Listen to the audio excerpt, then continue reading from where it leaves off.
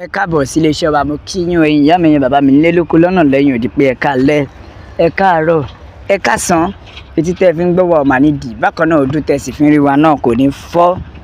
Ẹ wo ẹ̀yin ìyá mi, ẹ̀yin bàbá mi, mo kí yín dáadáa. Ṣé bàdẹ̀ṣú ṣe máa lajú lẹ̀ náà rèé?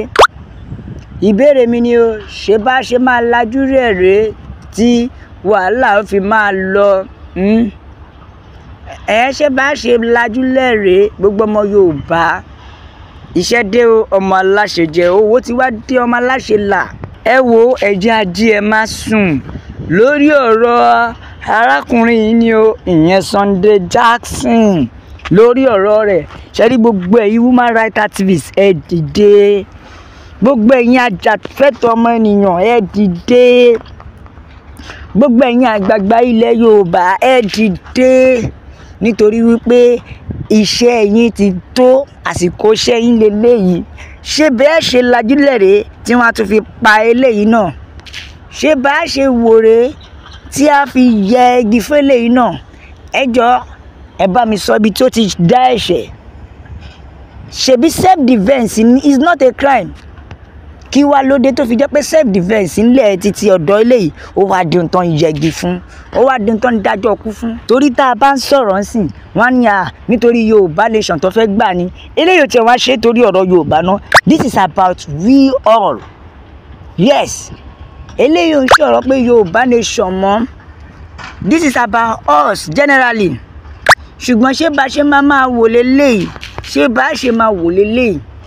Ẹni tó jẹ́ wípé student àgbẹ̀ pálákùn àgbẹ̀ ọ̀dọ́ tó jẹ́ pé ọmọ iléèwé sì ni àgbẹ̀ student farmer ni, tó bá yá ẹ máa pariwo àwọn ọ̀dọ́ ìsìn they are lazy, Nigeria youth are lazy, they don't want to work. Òun rèé ìgbà tẹ́ ẹ pariwo most of the Nigeria youth don't want to fetch into farming. Farming is the best. Àṣẹ ọgbọ́n tàn wá lọ láti lọ máa pa wá ni.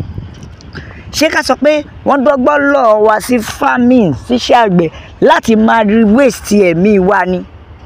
Ẹ jọ̀ọ́ ẹ sọ fún mi. Nítorí à ń pariwo ìlú le, síbẹ̀síbẹ̀ àwọn àgbẹ̀ ò lè bọ́ta mọ́ kó lọ sóko.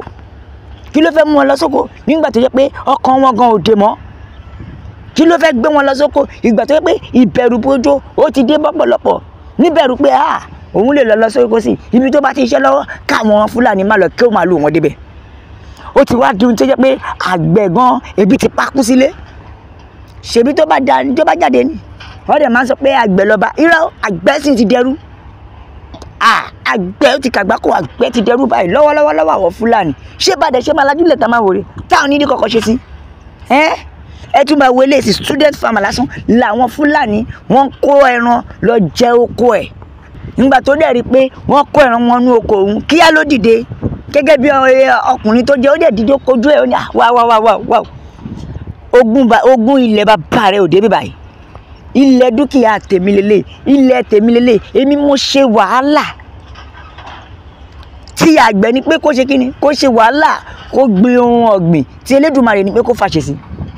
Àgbẹ̀ yìí dẹ̀ ṣe gẹ́gẹ́ bí ọ̀rọ̀ ilẹ̀ Yorùbá, ó ṣe wàhálà tán, wèrè kan wá kẹran wá, wèrè kan lòun Fúlàní ó kẹran wọlé wá láti wá jẹ oko arákùnrin, láti wá bá tiẹ̀ jẹ gẹ́gẹ́ bó ṣe ń ṣe fáwọn ìgbàanì. Ṣùgbọ́n ṣé mọ̀ náà that is why we are youth. Àwọn ọ̀dọ́ bínú kíá lárákùnrin yìí náà ní irọ́ ọ̀sẹ̀ ò lè kẹran, á sì jọ ń sọ ní tùbínùbíní o. Ká tó wí ká tó fọ̀, Fúlàní ti fa idà yọ. Ká tó wí ká tó fọ̀, Fúlàní ti fa idà yọ. Ó ti di ṣìkìṣìkì, ó ti ń gun, ó ti ń ṣá. Ṣùgbọ́n ṣó máa wá lajúlẹ̀ kí Fúlàní pọ̀ òun ni?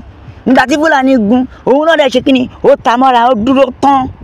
Ó wá di ìjà pẹ́ta, ó di ṣámi kí n ṣá ẹ, ó di irọ́ dọ̀jì ẹ̀, ó gbéra wọn sọ́lẹ̀, wọ́n lára wọn mọ́lẹ̀, bábá ń bá rí bẹ́ẹ̀. Ẹ mọ̀ náà, that is why tó fi jẹ́ pé wèrè ó ní láti ní àwọn wèrè kan lẹ̀ lọ́wọ́. Kíá Fúlàní ti rò pápá òun máa ka ni, ṣùgbọ́n sí ìyàlẹ́nu Fúlàní níbo tó ráyè dọ̀jì ẹ̀, tó rí ọwọ́ gba àdá, tó gba idà lọ́wọ́ Fúlàní báyìí. Ẹ wo ó ti bọ̀ ní yamayama. ṣebí self defence ni tó bá lajúlẹ̀ tó bá pa òun kọ́ ẹ sọ fún mi. wọ́n ṣe mọ̀ wípé pẹ̀lú gbogbo bí wọ́n ṣe ń jà yìí Fúlàní ò dáwọ́ gígùn dúró kò dáwọ́ gígùn dúró ó sì ń dún arákùnrin lọ ṣùgbọ́n gẹ́gẹ́ bí agbára tọ́lọ́run fún yàn tó jẹ́ pé ṣe rí last power kò ṣeé fojú di last power ṣe fojú di ṣe bàbá ìgbà tó mú Samson náà gbà náà agbára ìgbà kẹyìn lòun náà béèrè ó dàbí pé Sunday Jackson agbára ìgbà kẹyìn ẹ̀ ló béèrè tó dẹ̀ pé gbogbo agbára ẹ̀ tán ibi tí Fúlàní ti là mọ́lẹ̀ tó yìí ti ń gun ibẹ̀ ló ti fa idà ló ti fa ọ̀bẹ yọ lára Fúlàní tó dẹ̀ fi gún Fúlàní náà ẹjọ́ ṣebí two fight ni àbí two fight ni ó ṣọjẹ kó díjà lẹ̀ ẹ wo àsẹ̀yìnwá àsẹ̀yìnbọ̀ ẹjọ́ ikú ni wọ́n dá fún arákùnrin ìgbà tọ́jọ́ náà dọ́dọ̀ àwọn ìjọba ẹjọ́ ikú ni wọ́n dá fún ṣé bá ṣe máa wèrè gbogbo ẹ̀yin ajàfẹ́tọ̀ọ́ ọmọnìyàn àsìkò tí tó iṣẹ́ ti kọ̀ yín ẹ wo Yorùbá Nation la fẹ́ ẹjá ká tẹ̀jíṣẹ́ àwọn èèyàn ẹjá gbọ́n tí àwọn ènìyàn sọ. bẹ́ẹ̀ ni Sunday Jackson ó jẹ́ àgbẹ̀ tó jẹ́ pé onírẹ̀lẹ̀ ni tó dẹ̀ jẹ́ wípé ó wá di ohun tó yẹ pé wọn ó defend ara ẹ̀ ní now ó defend ara ẹ̀ ní ṣó wá tọ́ sí ẹjọ́ ikú tí ó tọ́ sí ẹjọ́ ikú bẹ́ẹ̀ ní nǹkan oríṣiríṣi tí àwọn àgbẹ̀ ń dojúkọ nínú oko tí àwọn ìjọba wa ò dẹ̀ rí kankan ṣe sí tó jẹ́ pé àwọn Fúlàní ló ń darí inú Nàìjíríà láti máa rí pé ó gba àwọn alágbára tá a fojú pé láwọn bàbá àwọn Fúlàní ló ń darí wọn ó mà ṣe o injustice ó mà ṣe o ó lọ bẹ́ẹ̀ ni Ọlọ́run á tú sílẹ̀ o gbogbo ẹ̀yin human rights ẹ dìde gbogbo ẹ̀yin Nàìjíríà ẹ já support ẹ dìde nítorí arákùnrin yóò tún gbọ́dọ̀ kú kò gbọ́dọ̀ kú o ẹ jẹ́ ká gbára wa kúrò nínú òkùnkùn tí wọ́n sọ wá sí bẹ́ẹ̀ ni Ọlọ́run á máa dáàbò bo Mr. Sunday Jackson o aráàánú gbà láṣẹ Èdùà nítorí wípé ó jàjà fún ẹ̀mí ẹ̀ ní o Yorùbá Nation la fẹ́ òmìnira ilẹ̀ Yorùbá òun ló jẹ wá lógún bẹ́ẹ̀ ni Yorùbá Nation is the only way no retreat no surrender bẹ́ẹ̀ ni ṣẹ́rí mo gbàdúrà pé gbogbo ẹ̀yin ajàfẹ́tọ̀ọ́ ọmọ ènìyàn Nàìjíríà kẹ́ ẹ dìde láti defend arákùnrin